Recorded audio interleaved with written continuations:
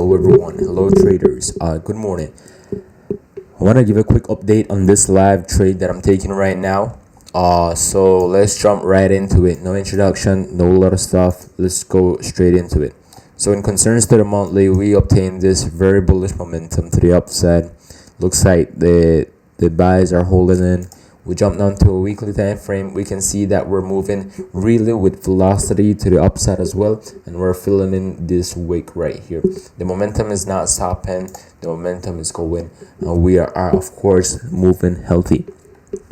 In concerns to the daily time frame, we can identify that this prior day right here looks like it was like a Friday. Of course, we retested this gap, this fair value gap right here that we had right around here. So we had that in place. Didn't wick into it. We used Friday, wick into it. We got all buys. We got everyone stopped out who were long, and it looks like price is continuing to go to the upside for right now. We jump down to a 4-hour time frame, and we can identify that the momentum is to the upside. We're making higher highs and higher lows. Of course, we can identify that this right here is a sort of the demand that price is holding. We jump down to a 1-hour time frame, and we can identify that sure indeed that is a demand that price is holding. And also this right here, this is a demand that price is holding. If price was to break right here, this trade will no longer be a quality trade for me to stay into. We jump down to our 15-minute time frame. We can also identify that this was indeed the demand that price was holding. It was making her highs. We broke past this, which gave us our entry confirmation.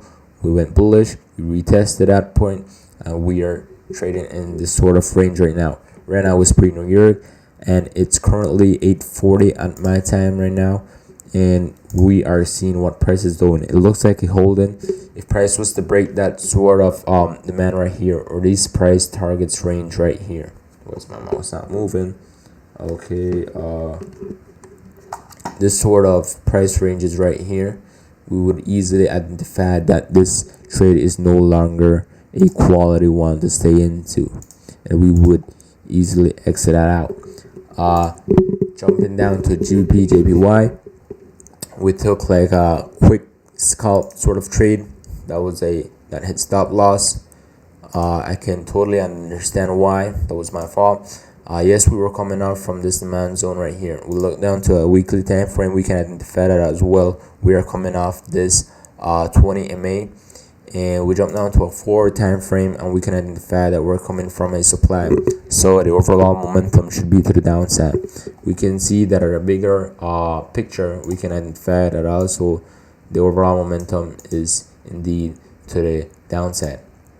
So that would stick us bearish because we want to trade with the momentum. We can identify that we're trading right here in this sort of supply zone that price is truly respecting, and it's failing to make higher highs.